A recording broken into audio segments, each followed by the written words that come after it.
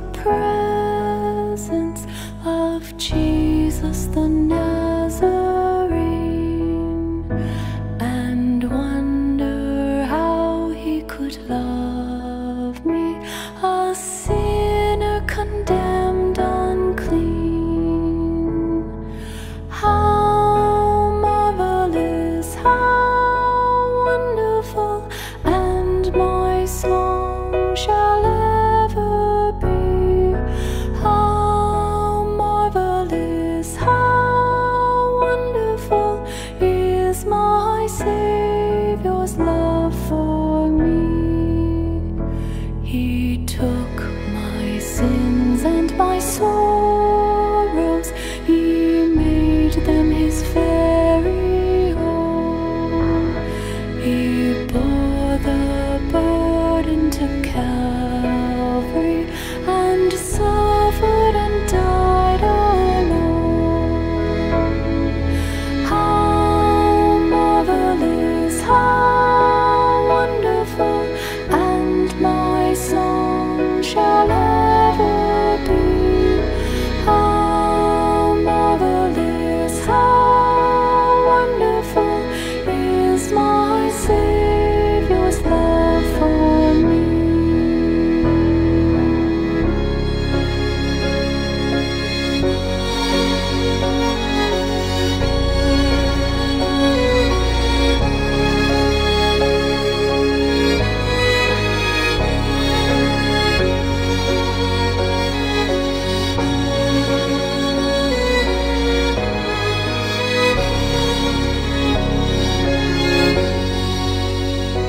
When with the ransomed in glory his face I at last shall see, 'twill be my joy through the ages to sing of his love for me.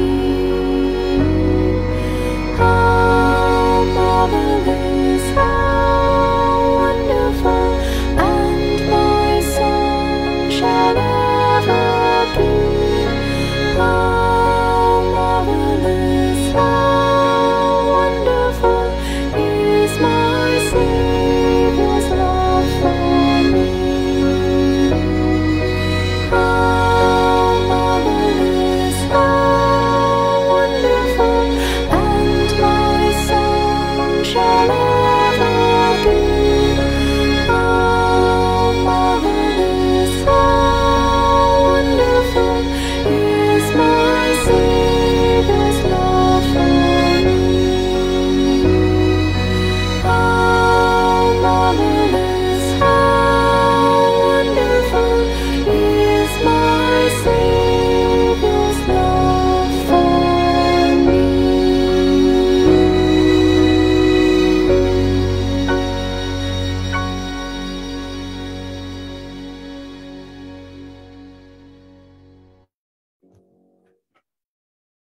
Selamat malam dari Sydney.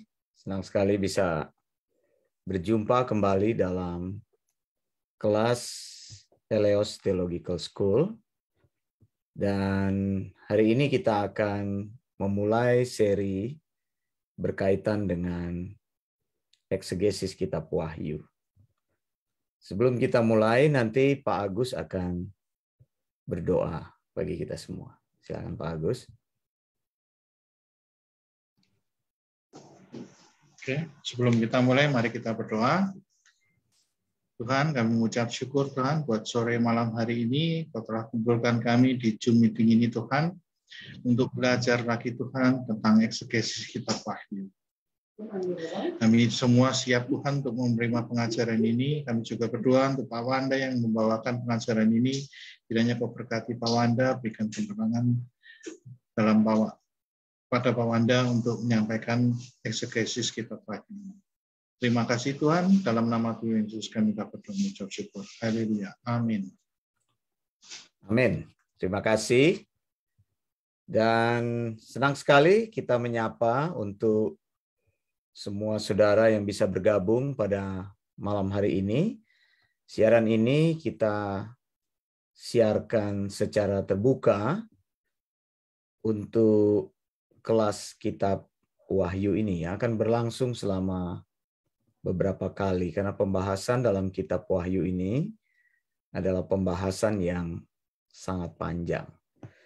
Nah, saudara yang dikasih Tuhan, ada beberapa highlight yang ingin saya berikan terkait dengan pembahasan kitab Wahyu.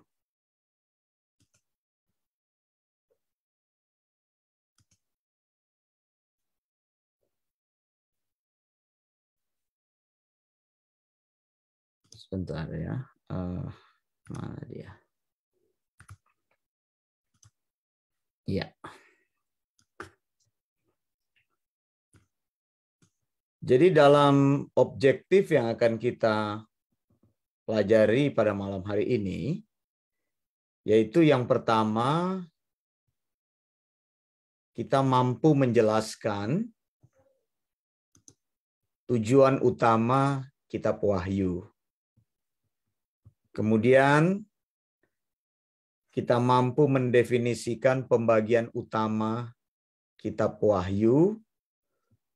Lalu kita mampu mendefinisikan beberapa karakter kunci di dalam kitab Wahyu. Lalu kita mampu membedakan periode-periode utama di dalam kitab Wahyu. Jadi ada meterai di sana, ada sangkakala di sana, ada cawan murka Allah, Armageddon, milenium, tahta putih dan sebagainya. Nah, yang pertama yang harus kita tanyakan, mengapa kitab Wahyu itu penting? Ya. Ada beberapa hal yang sudah saya tuliskan di situ. Yaitu yang pertama, kitab Wahyu itu artinya apokalipsis atau pembukaan selubung. Coba lihat di sini ya. Di dalam Wahyu 1 ayat 1, pertama kali kita membaca kitab Wahyu, dalam Wahyu 1 ayat 1, tertulis, inilah wahyu Yesus Kristus yang dikaruniakan Allah kepadanya, supaya ditunjukkannya kepada hamba-hambanya apa yang harus segera terjadi. Dan oleh malaikatnya yang diutusnya, ia telah menyatakannya kepada hambanya Yohanes. Nah, dalam bahasa aslinya, kalau kita lihat di sini, dalam Textus Receptus dikatakan apokalipsis. Apokalipsis ini tidak menggunakan artikel. Jadi langsung ya, apokalipsis Yesus Kristo en edoken auto hoteos deisai tois dulois auto ade genestai en tace. Nanti saya akan jelaskan, ada kata-kata yang penting di sini. Ya. Kai esemanen apostelas diato angelo auto to dolo auto Iowane. Nah, kalau kita perhatikan di sini, yang pertama kita baca di sini adalah sebenarnya di dalam bahasa asli dikatakan apokalipsis Yesus Kristo. Jadi apokalipsis itu adalah revelation. Jadi pewahyuan Yesus Kristus en edoken, didomi atau diberikan. Apokalipsis ini adalah pembukaan selubung. Jadi saudara, kenapa kitab Wahyu ini penting? Karena kitab Wahyu ini membuka rahasia, membuka selubung, memberikan kepada kita pengertian. Bukan dihindari, tapi harus dipelajari supaya kita tahu rahasia-rahasia yang akan dibukakan oleh kitab Wahyu. Jadi kalau kita bertanya di sini, atau ada pertanyaan di sini, mengapa kitab Wahyu itu penting? Karena kitab Wahyu justru membuka, bukan menutup. Kitab Wahyu ini jarang diajarkan di gereja, jarang dipelajari oleh orang, dan kebanyakan orang tidak tertarik mempelajarinya karena dirasa sulit. Tapi sebenarnya isinya adalah apokalipsis, membuka sesuatu. Jadi Tuhan sangat ingin sekali Dia membukakan rahasia-rahasianya kepada kita. Itu sebabnya kitab ini menjadi penting. Karena apa? Sesuatu yang sedang dibukakan Tuhan kepada kita. Saya jelas ya sampai di sini ya. Bukannya harus dihindari, bukannya harus ditutup-tutupi. Nah, saya melihat kitab ini menjadi kitab yang dianaktirikan. Jarang sekali orang mengkhotbahkan, jarang sekali dibahas di dalam gereja. Jarang sekali orang membaca kitab ini. Gitu. Padahal Alkitab itu ada 66 kitab. 39 perjanjian lama dan 27 perjanjian baru. Tapi seolah-olah Alkitab itu hanya berisi 65 kitab. Karena kitab ini jarang dilihat begitu. Nah, hari ini saya ingin menimbulkan kecintaan kepada kita untuk membaca dan mempelajari. Oke ya? Sampai situ jelas ya. Kemudian yang kedua, kitab Wahyu ini harus dipelajari secara pribadi dan secara publik atau di umum. Itu ada di Wahyu 1 ayat 3. Tadi Wahyu 1 ayat 1 ya, sudah saya buka ya. Nah, kita belum masuk di sini tapi tidak apa-apa, saya akan bacakan di sini. Dikatakan Wahyu 1 ayat 3, berbahagialah atau diberkatilah ia yang membacakan. Jadi kata ia ini singular kan? Berarti kita didorong untuk membaca, untuk belajar secara pribadi. Nah, orang yang membaca dan mempelajari kitab Wahyu ini adalah orang yang diberkati Tuhan. Begitu. Jadi kitab Wahyu ini penting karena ketika kita mempelajarinya, kita mendapat berkat. Dan Alkitab katakan, diberkatilah ia yang membacakan. Dan kemudian Wahyu 1 ayat 3 katakan lagi, dan mereka yang mendengarkan. Jadi ada ia dan ada mereka. Berarti apa?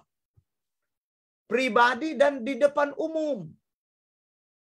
Jadi kitab Wahyu ini itu sebabnya saya ingin mengajarkan kitab ini ke depan umum. Kenapa? Karena Alkitab katakan kitab ini harus dibaca pribadi, dipelajari pribadi, dan juga diajarkan secara publik. Coba lihat Wahyu 1 ayat 3, berbahagialah ia yang membacakan dan mereka yang mendengarkan kata-kata nubuat ini. Jadi kata mereka, jadi ada singular dan ada plural. Dan yang menuruti apa yang ada tertulis di dalamnya sebab waktunya sudah dekat. Nah, nanti ada potongan ayat yang ingin saya hubungkan dengan frasa waktunya sudah dekat.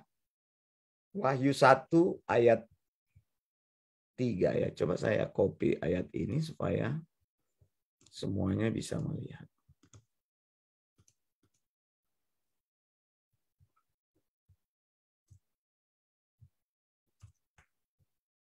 Wahyu 1 ayat 3 ya. Sekali lagi ya, perhatikan di sini dikatakan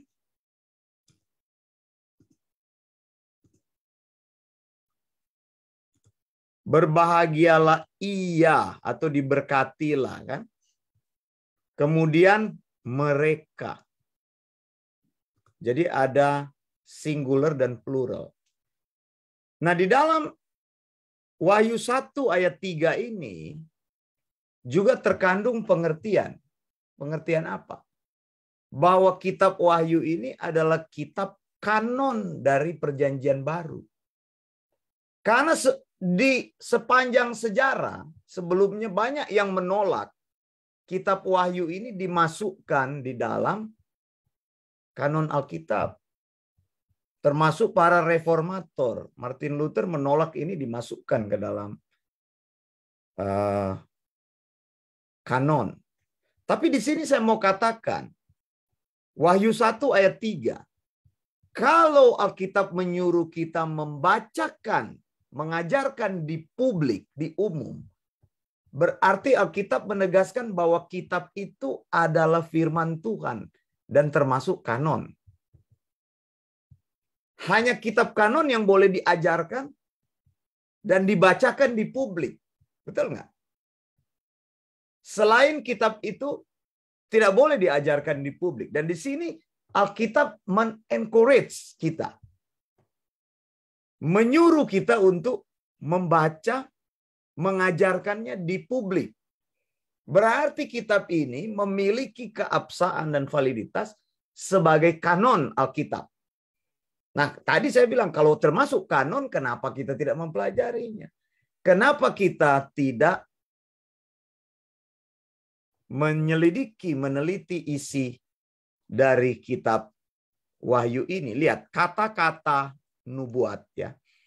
Hal ini juga ada hal yang penting. Nanti kita akan lihat. Dan menuruti apa yang tertulis di dalamnya sebab waktunya sudah dekat.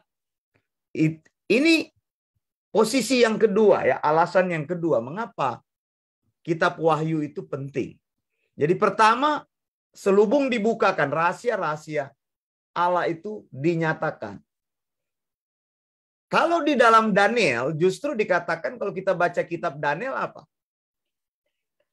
Kitabnya Tuhan bilang kepada Daniel, meteraikanlah kitab itu sampai akhir zaman, disuruh ditutup.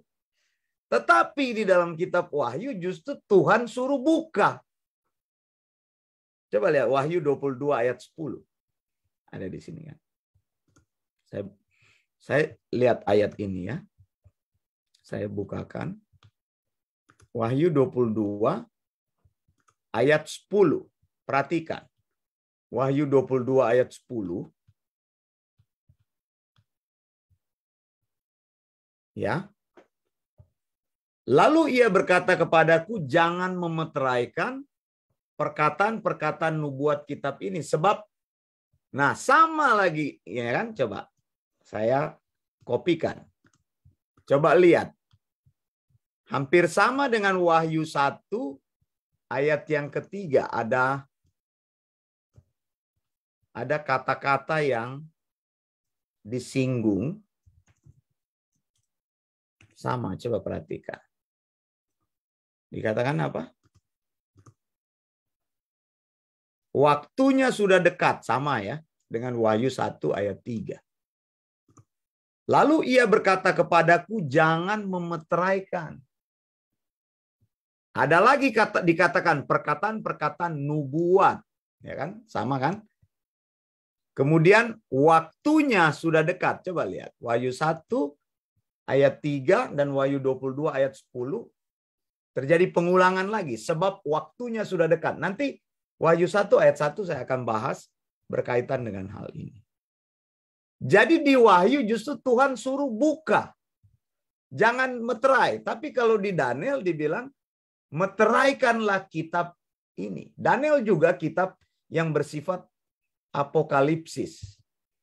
Kitab profetik juga Daniel. Tapi disuruh tutup. Nah, kitab Daniel itu tidak akan menjadi sempurna tanpa kitab Wahyu. Alkitab juga tidak menjadi sempurna tanpa kitab Wahyu. Kenapa? Karena di dalam kitab Wahyu Tuhan sedang membukakan selubung-selubung yang terakhir. Jadi Alkitab tidak menjadi sempurna tanpa adanya kitab ini. Nah, kita mengetahui kitab Wahyu adalah kitab yang terakhir di dalam Alkitab. Kitab yang pertama adalah Kejadian. Resit kan? Beresit. Ya, B kan awalan. Resit itu pada mulanya. Beresit. Kejadian itu ditaruh di depan. Makanya Alkitab tidak akan menjadi sempurna tanpa kitab Wahyu. Itu ada permulaannya dan ada akhirnya. Akulah Alfa dan Omega. Jadi ada beresit, ada penutupnya. Ini bagaikan kalau orang teolog bilang ini bookend. Jadi bookend itu biasanya kita kalau ada library atau perpustakaan, rak buku, ada itu alat yang untuk menaruh supaya buku itu tidak jatuh. Di awal dan di akhir. Jadi buku itu sudah kita susun lalu kita tutup pakai bookend itu. Jadi Kejadian dan Wahyu itu bagaikan bookend. Yang satu membuka, yang satu menutup. Makanya yang lain-lain kitab di dalam Alkitab tidak akan menjadi sempurna kalau Wahyu dihilangkan. Nah, tadi kita lihat di sini kitab Wahyu itu dikatakan apa? Membuka selubung. Kemudian kitab Wahyu itu adalah kanon. Karena disuruh diajarkan di publik. Nah, Tuhan kan di dalam 2 Timotius 3 ayat 16 dikatakan segala tulisan Allah itu mengajar. Segala tulisan itu apa? Segala tulisan firman, pasa, grafe, theopneustos itu apa? Ya semua wahyu Allah. Di dalam kitab Wahyu kan dikatakan tidak boleh menambahkan dan tidak boleh mengurangi. Jadi hanya wahyu Allah yang kita boleh ajarkan. Hanya wahyu Allah yang boleh kita beritakan di publik. Jadi jangan beritakan yang aneh-aneh yang bukan kanon Alkitab. Kanon hanya 66. Ini ada hubungan dengan kanon. Kemudian kitab Wahyu itu adalah penutupan rencana Allah. Nah, ini yang saya mau jelaskan. Entace.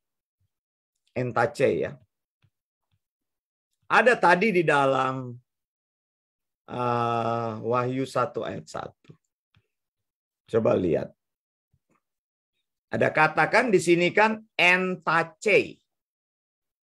Entace kalau dalam bahasa Inggris shortly atau segera terjadi. Ya, nah, yang dimaksud dengan segera terjadi bukan akan langsung terjadi. Tapi maksudnya begini, entace ini bahwa terjadinya itu di dalam waktu Tuhan, dan tapi kalau dia sudah terjadi, dia tidak akan stop, akan terus sampai segala rencana Allah itu digenapi. Bisa jelas ya? Jadi yang dimaksud apa yang harus segera terjadi itu bukan terjadi pada waktu itu, tapi akan terjadi di dalam waktu Allah. Cuma entace ini apabila sudah terjadi, maka dia akan speedy gitu, akan cepat, tidak akan berhenti-berhenti. Jadi dia akan sekuensnya akan terus berlangsung. Begitu maksudnya. Jadi entace itu sebabnya tadi ada beberapa yang kita lihat di sini sama kan? Wahyu 1 ayat 3, Wahyu 22 ayat 10, sebab waktunya sudah dekat.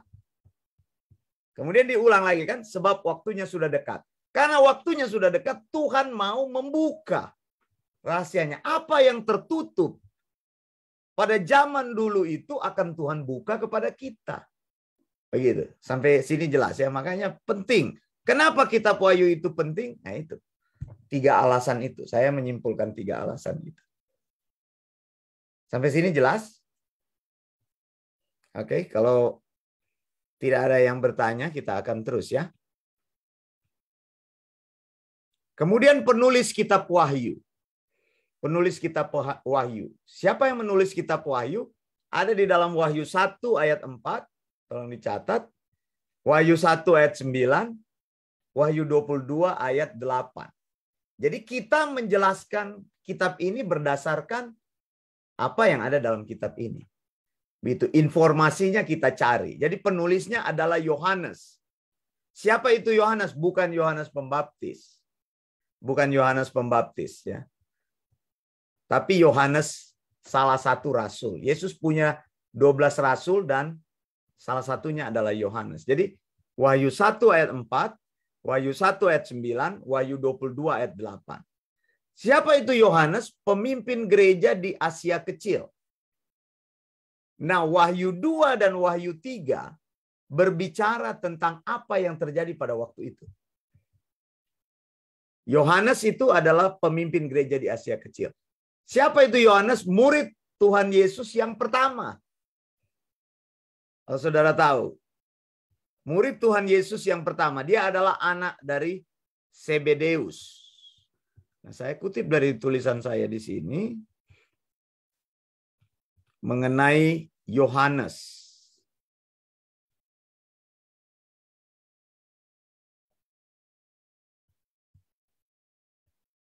Yohanes ini sering disebut sebagai Yohanes Penginjil atau Yohanes dari Patmos atau Yohanes Sang Rasul. Ya kan? Jadi Yohanes Penginjil, Yohanes dari Patmos, atau Yohanes Sang Rasul. Yohanes adalah rasul yang paling muda dari 12 rasul. Anak dari Zebedeus dan Salome. Ada pendapat yang mengatakan Salome itu adalah saudara dari Maria, ibu Yesus. Didasarkan pada Yohanes 19 ayat 25. Jadi Yohanes ini bersaudara dengan Yesus. Kira-kira begitu kalau kita ikuti dari pandangan tersebut. Nah, Yohanes ini adalah murid dari Yohanes Pembaptis. Begitu? Dan Yohanes Pembaptis ini kemudian dia menyuruh kepada Yohanes untuk pergi kepada Yesus. Begitu ya. Jadi murid yang paling pertama ini, Yohanes. Kemudian dia yang menulis Injil Yohanes, 1-3 Yohanes, dan juga kitab Wahyu. Dia juga sering menyebut dirinya sebagai murid yang dikasihi Tuhan Yesus. Begitu ya. Di dalam Yohanes 1 ayat 35-37, kalau kita baca Yohanes 1, 35-37, pada keesokan harinya, Yohanes berdiri di situ pula dengan 2 orang muridnya. Dan ketika ia melihat Yesus lewat, ia berkata, "Lihatlah anak domba Allah." Kedua murid ini mendengar apa yang dikatakan, lalu mereka pergi mengikut Yesus. Begitu. Jadi dia murid daripada Yohanes Pembaptis. Nah, siapa? Yohanes Pembaptis itu siapa? Saudaranya Yesus, betul kan? Saudaranya Yesus kan? Jadi memang di dalam pelayanan memang seringkali terjadi, ya memang lingkarannya saudara begitu. Kalau kita lihat. Itu beberapa yang saya ingin sampaikan. Kemudian dia melayani di Efesus. Kemudian ditahan dan dibuang di bawah pemerintahan Kaisar Romawi Domitian. Dibuang ke pulau Patmos. Menjadi pekerja tambang di sana. Nah, Kaisar ini memerintah tahun 81 sampai 96. Itu sebabnya catatan penulisan kitab Wahyu itu tahun 95 masuk akal. Begitu. Karena berada di range atau batas pemerintahan dari Kaisar Domitian 81-96. Nah, kitab Wahyu ini ditulis tahun 95. Terakhir sekali penulisan Alkitab. Makanya dia menjadi kitab terakhir. Setelah kitab Wahyu tidak ada lagi Wahyu Allah. Yohanes adalah rasul yang paling lama hidupnya dan meninggal dalam usia tua. Dan dia meninggal secara normal maksudnya ya. Murid-murid Tuhan Yesus yang lain mereka meninggal dengan cara yang tidak wajar karena menjadi martir. Jadi penulisan kitab Wahyu ini tahun 95. Begitu, paling terakhir sekali. Dan ingat di dalam Wahyu ada kata-kata kan, jangan menambahkan dan jangan mengurangi. Karena sudah tertutup kan. Kita lihat Pulau Patmos itu di Aegean Sea. Jadi Aegean Sea ini daerah pelayanan Paulus ini. Kalau kita lihat di sini adalah Greece atau Yunani. Berhadap-hadapan dengan Turki. Begitu. Jadi dia lebih dekat ke pelabuhan Turki. Nah, kurang lebih di sini, di pulau-pulau kecil ini. Ini saya buka yang peta yang besarnya. Nah, ini dia Patmosnya ada di sini. Patmosnya ada di sini. Jadi sudah mendekat ke port dari Turki di sini. Ini Turki kan. Ini batas wilayahnya. Patmos di sini. Bisa bayangkan pulau terpencil. Karena Kaisar Domitian tidak suka kepada orang-orang yang membawa pewahyuan, menyampaikan tentang Tuhan, tukang-tukang sihir. Jadi semua mereka dianggap membahayakan pemerintahan secara politik, maka mereka dibuang. Oke ya, sampai sini jelas ya, berkaitan dengan hal tersebut. Lalu sekarang bagaimana kitab Wahyu ini harus kita tafsirkan?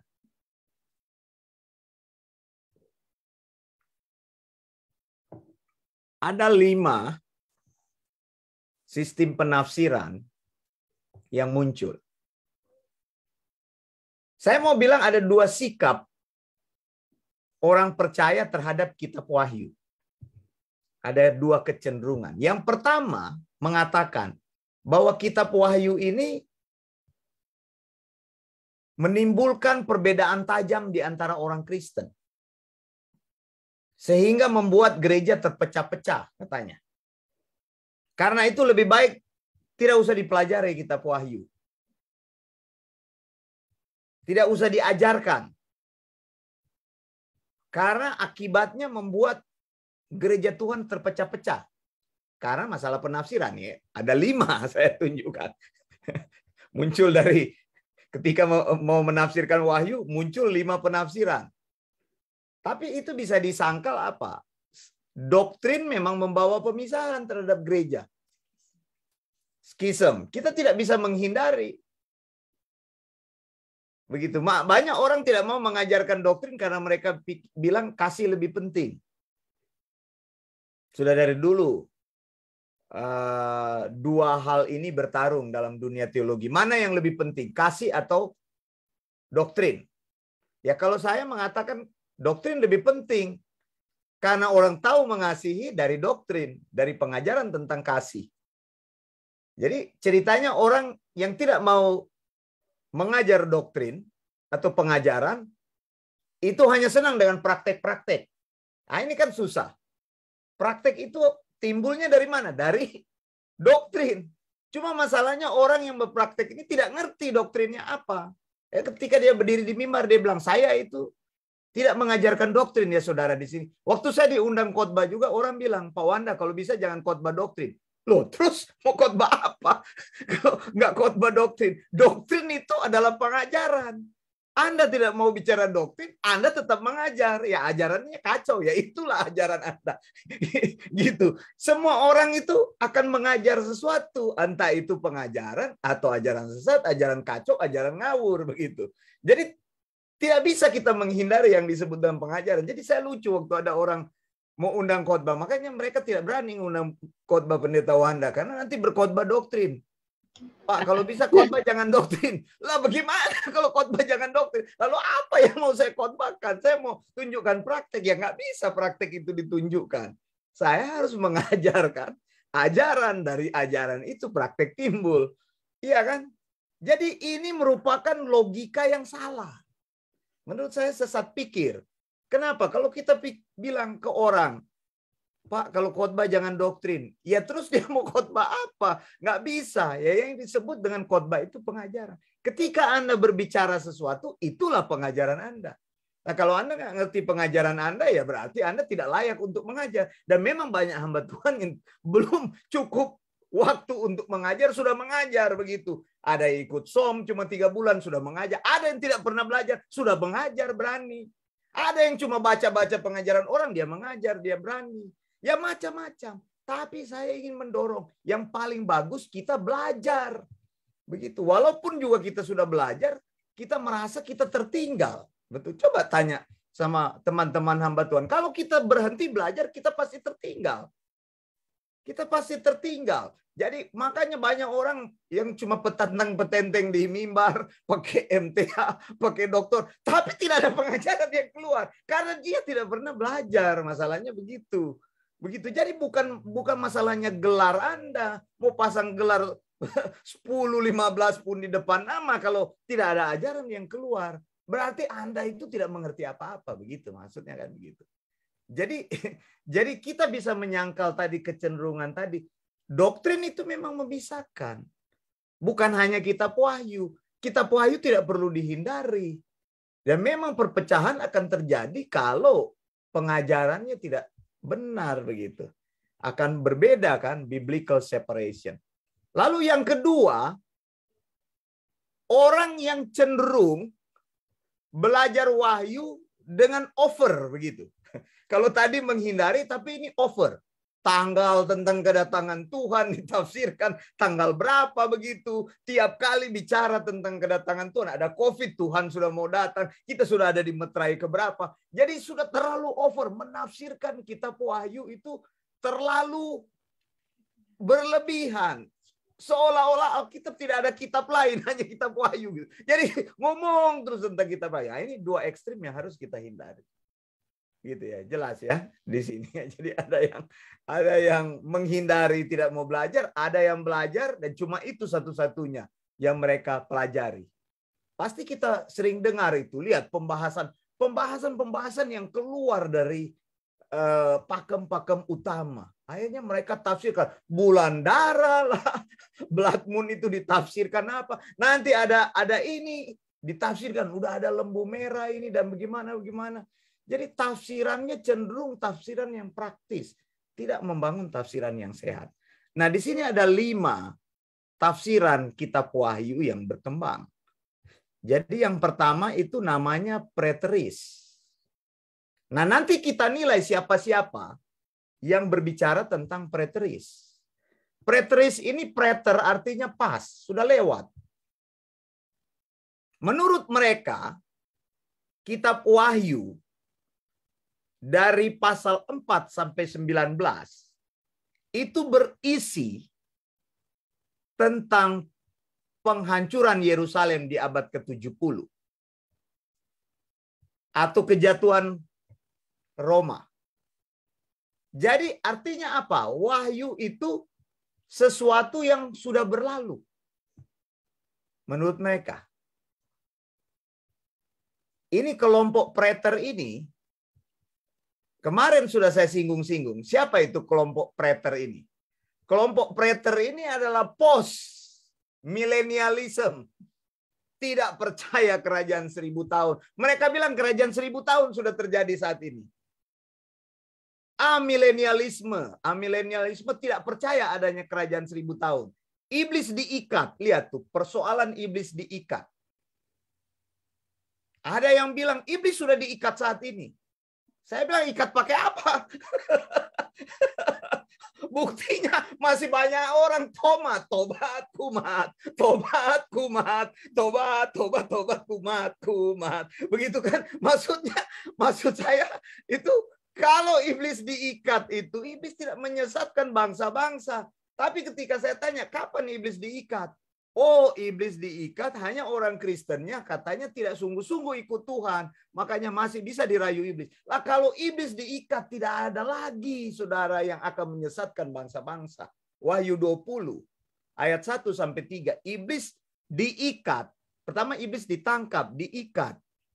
Kemudian iblis dimasukkan ke dalam jurang maut dan jurang maut itu di seal off, dimeterai. Selama berapa lama? 1000 tahun. Lihat. Kelompok daripada preteris tidak mempercayai itu. Mereka bilang itu sesuatu yang sudah berlalu. Kalau sesuatu sudah berlalu, kedatangan Yesus kedua kali juga sudah berlalu. Kenapa? Karena 1000 tahun iblis diikat akan membuka jalan Mesias memerintah selama 1000 tahun di muka bumi ini. Betul nggak? Ada padanannya 1000 tahun iblis diikat, tidak menyesatkan, terjadilah damai sejahtera. Makanya Yesus diberikan namanya Raja Damai. Kerajaannya damai sejahtera. 1000 tahun akan damai. Kenapa? Karena iblisnya diikat. Nah ini kelompok preterism ini tidak percaya. Jadi mereka itu yang kelompoknya itu post millennialism. Mau tuduh-tuduh premillennialism itu sesat. Ayo berdebat tentang itu. Saya tantang kalau mau. Sesat.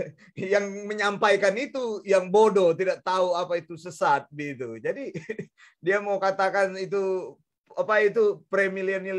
premillennialism itu sesat. Bagaimana? Kita menafsir, kita mengatakan, nanti saya tunjukkan itu. Jadi mereka sudah berlalu, kelompok preter ini. Begitu. Jadi semua yang dibicarakan di Wahyu itu 4-19. Jadi tribulasi itu kapan? Kalau Anda tanya sama mereka, ada tribulasi enggak? Ya sudah sekarang berlanjut. Terus kita tanya, kita sudah ada di meterai berapa? Mereka nggak bisa jawab. Karena kelompok preter ini tidak tahu menafsirkan nubuat. Coba tanya sama mereka. Tidak ngerti mereka menafsirkan nubuat. Tidak ngerti menafsirkan 70 minggu Daniel itu. Nubuat 70 minggu Daniel. Mereka nggak tahu hubungan-hubungannya. Begitu.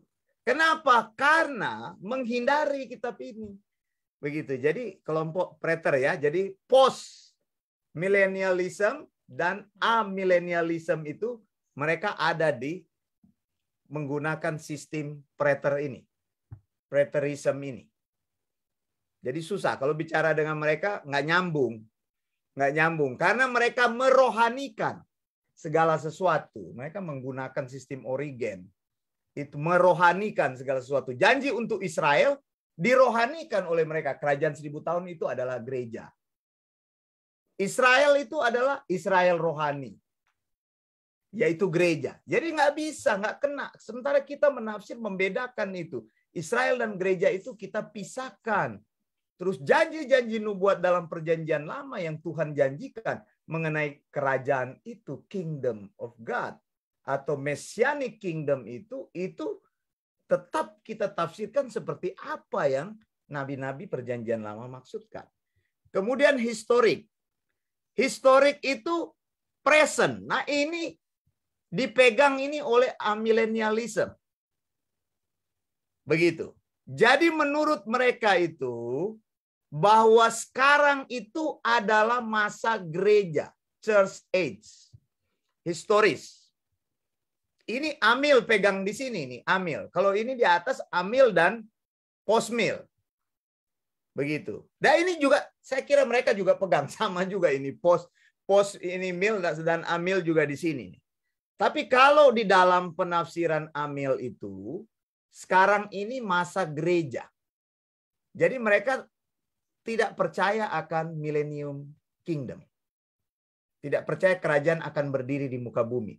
Pokoknya mereka katakan bahwa masa Yohanes Pembaptis sampai dengan kedatangan Kristus itu ya sudah sekarang itu sedang terjadi saat ini. Kelompok historis. Nah, kemudian yang ketiga adalah kelompok futurism. Futurism itu menafsirkan bahwa ada periode di masa datang ya yang mendahului kedatangan Kristus atau periode itu nanti sampai kedatangan Kristus itu disebut periode masa depan. Sebelum saya teruskan, saya ingin memberitahu kita terkait dengan kerangka kitab Wahyu. Saya tulis aja di sini ya. Jadi kerangka kitab Wahyu, saya mau kasih yang sederhana. Kerangka kitab Wahyu. Nah, ini kita ketahui dari mana? Wahyu 1 ayat 19. Lihat. Untuk memahami ini, kita akan lihat dalam Wahyu 1 ayat 19.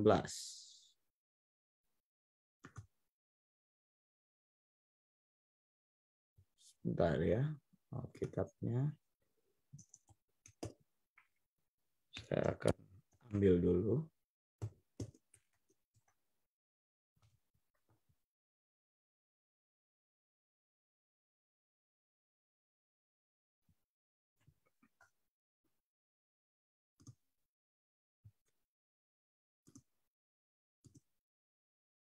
Apa jalan nih? Oh, kitabnya mana kok nggak jalan? Wahyu 1 ayat 19. Nggak mau.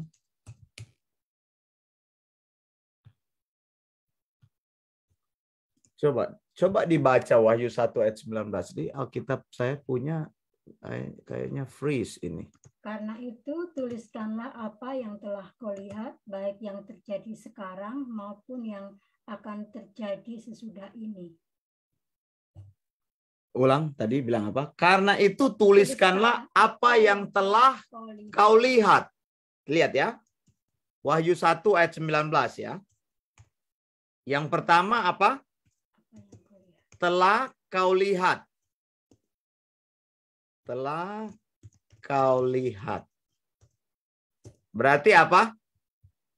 Pas. Betul? Kemudian, coba lagi tuh ayat tadi. Baik yang terjadi sekarang maupun yang akan terjadi sesudah ini. Apa yang terjadi sekarang? Terjadi sekarang ya. Saya belum bisa connect Alkitab saya ini. Kelihatannya ada masalah di internetnya. Jadi saya tulis saja di sini. Ini disebut dengan present kan? Masa kini. Kemudian dikatakan Maupun yang akan terjadi sesudah ini. apa yang terjadi sesudah ini? Terjadi nanti. Atau apa? Future. Nah ini kerangkanya ya. Bagaimana caranya kita menafsirkan kerangka ini? Saya kasih yang sederhana. Apa yang dilihat oleh Yohanes adalah pasal 1. Pasal 1. Apa yang dilihat oleh Yohanes? Pasal 1. Jadi itu ayat 9 sampai ayat 20. Nah, kitab Wahyu itu begini kerangkanya. Jadi ada prolog atau pembukaan ya. Saya tulis saja pembukaan bahasa Indonesianya. Pembukaan itu Wahyu 1 ayat 1 sampai dengan 8. Jadi kalau kita baca Wahyu 1 ayat 1 sampai 8 itu pembukaan. Kemudian ini penting saudara karena nanti kerangka ini kita gunakan ketika kita mempelajari kitab Wahyu. Kemudian apa yang telah dilihat Yohanes? Itu pasal 1, 9 sampai 20. Lalu apa yang terjadi sekarang? Pasal 2 ayat 1 sampai pasal 3 ayat 22. Begitu. Jadi apa yang sementara terjadi itu ada di pasal 2 dan pasal 3. Gitu. Nanti kalau Anda baca kitab Wahyu, Anda akan tahu dari situ. Kemudian apa yang terjadi di future? Di future. Wahyu pasal 4 ya. Ayat 1 sampai Wahyu 22 ayat 21. Nah ini. Berarti kalau saya menggunakan sistem penafsiran, maka kita menggunakan penafsiran futurism. Ya kan? Nih chapter 4 sampai 19 ini adalah future period. Jadi sesuatu nanti akan terjadi sebelum atau menjelang atau sampai pada kedatangan Yesus yang kedua kali. Begitu ya. Jadi di sini berarti kalau kita baca Wahyu 20, sekarang saya tanya, kalau kita baca Wahyu 20, sudah terjadi apa belum? Wahyu 20. Belum terjadi. Berarti itu future. Bukannya sudah terjadi seperti kelompok Pos dan Amil itu. Begitu. Wahyu 19, kedatangan Yesus itu kedua kali parousia. Lihat ya, Yesus itu datang. Ada 2 tahap kan. Rapture dan parousia. BIC mempercayai itu. BIC ITS mempercayai rapture dan parousia. Rapture itu ada di dalam 1 Tesalonika 4, 13 sampai 18. Itu rapture. Ya kan? Tidak berjejak di bumi kakinya. Hanya datang dia sampai di angkasa. Tapi ketika parousia itu yang dikatakan kedatangan Yesus yang kedua kali. Itu kan di Wahyu 19. Sekarang kalau saya tanya, Wahyu 19 sudah terjadi apa belum? Belum. Ini future ini. Kenapa Amil sama Pos bilang sudah? Begitu. Ya kan? Nggak bisa, tafsirannya nggak kena, ya susah begitu. Bagaimana mau bilang, mau tuduh-tuduh penafsiran Premil itu apa sesat lalu hoax? Siapa itu yang bilang hoax lagi? Nggak ngerti Alkitab ngomong hoax. Begitu. Jadi ini kita bisa tafsirkan. Kemudian ya, saya lanjutkan ini. Lalu ada lagi prolog lagi. Sebelum masuk kepada bagian berikutnya. Lihat ya, saya tunjukkan ya. Prolognya itu pasal 4 ya, ayat 1 sampai pasal 5 ayat 14. Ini saya kasih yang sederhana. Ada punya saya yang lebih rumit, tapi saya temukan ada yang lebih sederhana, jadi saya mau kasih. Dalam tulisan saya lebih rumit, saya bikinnya pemotongannya lebih banyak. Tapi ini saya lihat lebih sederhana, kita coba pakai ini. Kemudian, lihat ya, ini kan future, pasal 4 sampai 22. Kemudian kita bagi lagi. Kita bagi lagi di sini. Tribulasi. Tribulasi nih, mau tahu tentang tribulasi nggak? Di mana itu? Di pasal 6 ayat 1 sampai 19 ayat 21. Begitu. Kenapa? Karena di akhir tribulasi itu Yesus akan datang. Betul nggak? Tribulasi itu kan 7 tahun. Jadi gampang tuh Wahyu. Sebelum kita mempelajari chart yang sering saya sampaikan. Jadi sebelum tribulasi, gereja Tuhan itu akan naik. Iya kan? Ini dia nih, gereja Tuhan di sini sudah tidak disebut-sebut lagi. Lihat, gereja Tuhan terakhir disebut pasal 2 dan pasal 3. Kemudian ketika kita baca pasal 4, ayat 1 sampai 5, 14, gereja Tuhan sudah ada di atas. Kalau kita baca sudah bersama-sama. Sudah di surga, sudah tidak ada penyebutan lagi gereja Tuhan di bumi. Itu sebabnya ketika rapture terjadi, membuka jalan, tribulasi terjadi. Betul nggak? Gereja naik, kan di Alkitab katakan, Paulus bilang, penahannya sudah tidak ada lagi. 1 Tesalonika 2. Coba lihat.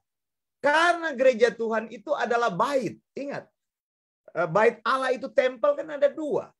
Tempel yang jasmani, yang dibangun pertama kali oleh Salomo.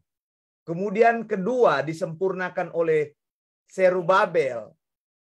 Dan kemudian diperluas Herodes. Kan tempel baru 2. Tempel jasmani. Tahun 70 dimusnahkan. Karena sudah tidak ada tempel jasmani. Makanya tempel itu sekarang bersifat spiritual. Roh Kudus berdiam di dalam orang percaya. Dulu Roh Kudus berdiam di dalam tempat Maha Kudus. Ruang Maha Kudus, Shekinah Glory. Begitu kan? Makanya kan ada ruang Maha Kudus. Ingat itu, Yom Kippur. Itu 10 Tisri, hari raya pendamaian. Imam masuk ke ruang Maha Kudus. Ruang Maha Kudus hanya dimasuki setahun sekali. Disebut Maha Kudus karena di situ ada tabut perjanjian. Dan di dalam tabut perjanjian itu ada 2 malaikat yang berhadap-hadapan begitu kan? Kerubim. Begitu kan? Ditutup pendamaiannya itu di kaporet. Itu namanya kaporet, tutup pendamaian itu kaporet. Nah, itu Shekinah Glory ada di situ. Tapi sekarang Shekinah Glory ada di dalam orang percaya. Nah, ketika rapture terjadi, Roh Kudus dikatakan penahannya tidak ada lagi. Kenapa? Pergi bersama dengan baitnya. Begitu. Jadi sesudah penahannya tidak ada lagi, maka berkuasalah itu.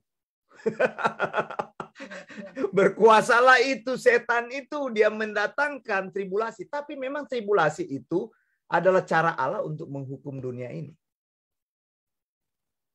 Karena Allah menghukum dunia ini, maka gereja tidak perlu dihukum. Kan gereja itu adalah umat tebusan Tuhan, jadi diangkat. Nah, sesudah diangkat, tribulasi terjadi. Nih, pasal 6. Di akhir tribulasi itu, 7 tahun itu, Kristus datang bersama dengan gereja. Kakinya berjejak di Bukit Zaitun di Yerusalem. Itu kan untuk ushering the Millennium Kingdom. Iblis sudah diikat dulu. Raja mau datang, segala sesuatu dipersiapkan. Betul nggak? Presiden aja mau datang, mau berkemah di mana titik nol, udah dibikin semuanya kan. Jadi memang ketika Yesus datang, ya sebelum Yesus datang, iblisnya harus diikat dulu begitu. Supaya ushering the millennium, maksudnya membuka, usher kan, membuka jalan untuk Millennium Kingdom terjadi. Masa rajanya yang harus berperang dulu? Raja mau lihat dulu, sesudah semua beres baru dia datang. Begitu, dia datang mendirikan kerajaan 1000 tahun. Nah, ini kan 19. Jadi tribulasi, udah terjadi belum tribulasi? Belum terjadi. Belum. Tanya kepada Amil dan Posmil, bagaimana Anda menjelaskan tribulasi? Coba tanya sama mereka, bisa nggak menjelaskan tribulasi? Pasti nggak bisa, saya garansi. Kemudian milenium, kan tadi saya bilang, sesudah tribulasi, milenium 20 sampai 15. Milenium pasal 21 sampai 15. Ya kan? Sequence ini, lihat, ada sequence-nya. Yesus datang dulu, iblis kemudian diikat, baru kerajaan 1000 tahun berdiri. Sequence-nya, perhatikan. Ada sequence di dalam kitab Wahyu. Ini bukan karang-karang Tuhan taruh peristiwa demi peristiwa itu. Semacam kurikulum yang Tuhan taruh. Betul nggak? Bukan Tuhan kasih terbalik-balik. Jadi coba tanya kepada mereka. Kok mereka tiba-tiba bilang milenium sudah terjadi, tribulasinya aja belum terjadi, rapture-nya belum terjadi. Bagaimana caranya menafsirkan ini? Kan susah itu kan. Kemudian sesudah ini baru apa? Eternal state. Kekekalan ini yang dibilang, atau saya tulis saja eternal state ya. Eternal state. Ini yang bilang-bilang Yerusalem baru. Ini kalau ada orang meninggal sampai bertemu Yerusalem baru. Ini orang bodoh nggak ngerti Alkitab nih, ikut-ikutan. Kenapa bilang Yerusalem baru? Ya pendeta bilang begitu. Tanya sama pendetanya, tahu dari mana? Ya saya juga nggak tahu. Saya dengar dari orang lain. Untung apa ini jadi pendeta? Nggak pernah belajar ngajarin yang salah kepada jemaatnya. Sampai bertemu Yerusalem. Bukan Yerusalem baru. Bagaimana mau bertemu di Yerusalem baru? Yerusalem baru ini eternal state. Kita bertemu di mana? Kita bertemu di rapture. Kita bertemu di rapture. Ini di rapture-nya ini. Kita lihat di sini terjadinya ini kan. Kita lihat di sini. Di sebelum antara 2 dan 3 itu kan rapture itu. Tidak disebutkan di situ memang rapture-nya. Tapi rapture adalah part dari eskatologi. Gitu. Eternal state apa? 21 ayat 1, 22, 5. Jadi pasal 21 ayat 1 sampai 22 ayat 5. Sudah. Kemudian ada epilog, penutup. Epilog. Sorry. 21 ayat 1 tuh Pak. Itu 211. 21 ayat 1, betul. Iya. Kemudian epilog ya.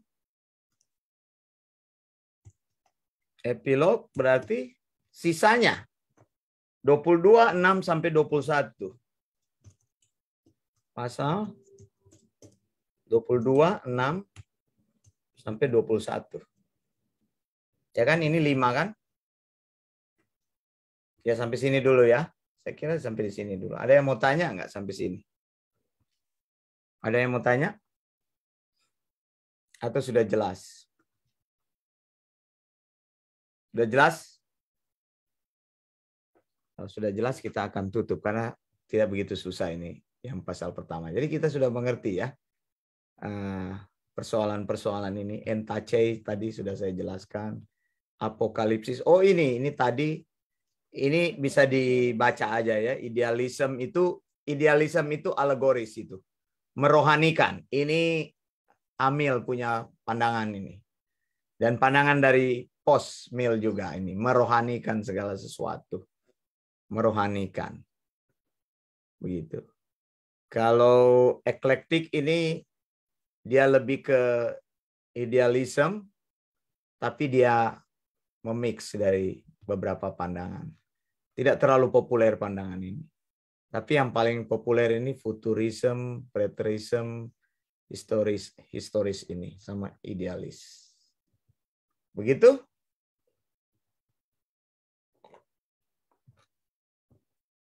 Saya kira sampai di sini. Yang lain bisa di screenshot ini ya. Catatan ini ya. Nanti kita akan lanjutkan lagi berhubungan dengan Wahyu 1 ayat 1. Ini baru kita pembukaannya. Bagaimana?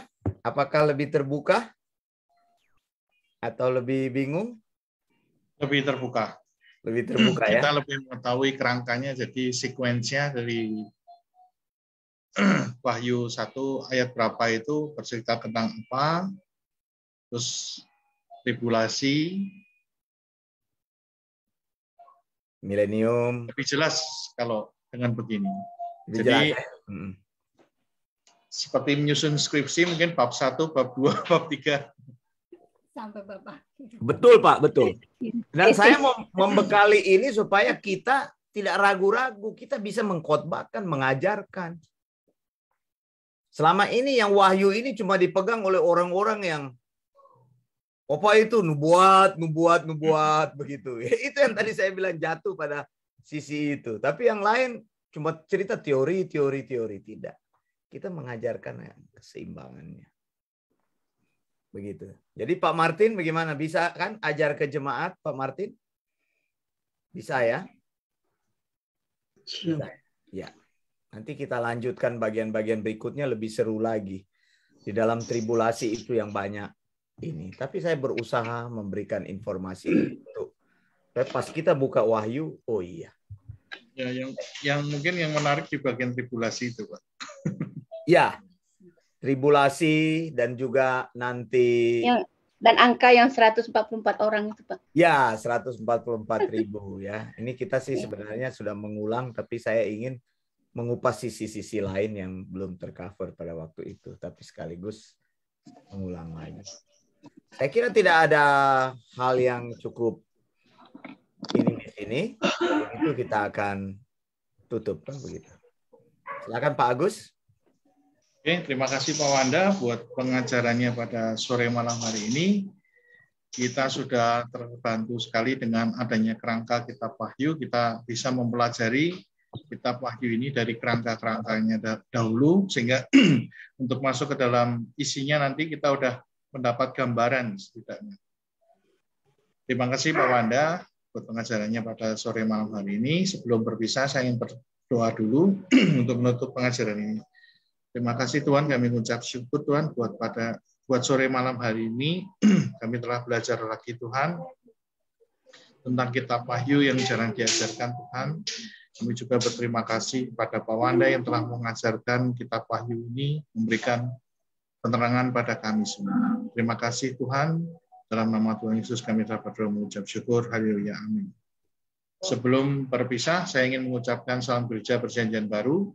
Maranatha. Maranatha, Tuhan Yesus segera datang. Thank you untuk semuanya. Thank Sampai you, jumpa. Bunda. Bye. Thank you. Bye.